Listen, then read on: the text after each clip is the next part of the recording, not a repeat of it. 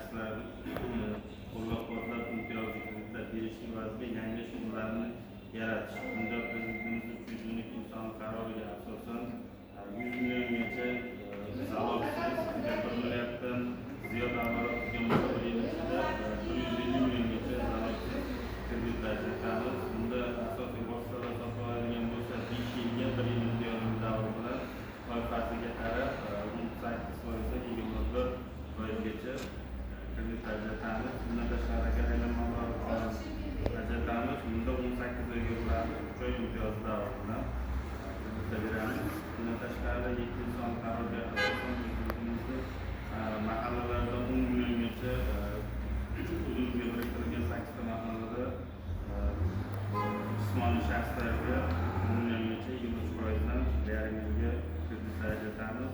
Bundan tashqari yoshlar qo'llab-quvvatlash dasturi asosida Prezidentimizda 60-61 inson qarorlariga asosan 7 yilga asosiy vosita sotuvchi talabalarga bitirayotgan yoki bitirgan bo'lsa ham o'zlari yangi firma tashkil qilsa ham 100 milliongacha sug'urta bilan kreditlar ajratamiz. Agar firmalar talabalarni ishga oladigan bo'lsa, bitiruvchi talabalarni yoki bitirgan talabalarni ishga olsa, har ikkitasiga 2 milliardgacha zalog asosida kreditlar ajratamiz. Foiz stavkasi 15% dan bo'ladi.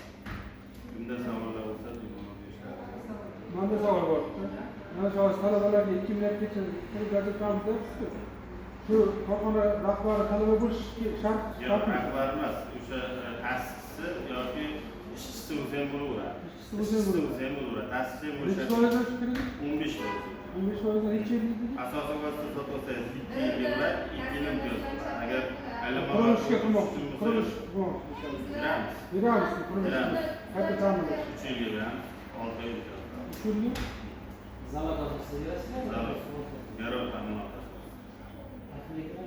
Taxminlar 100 million.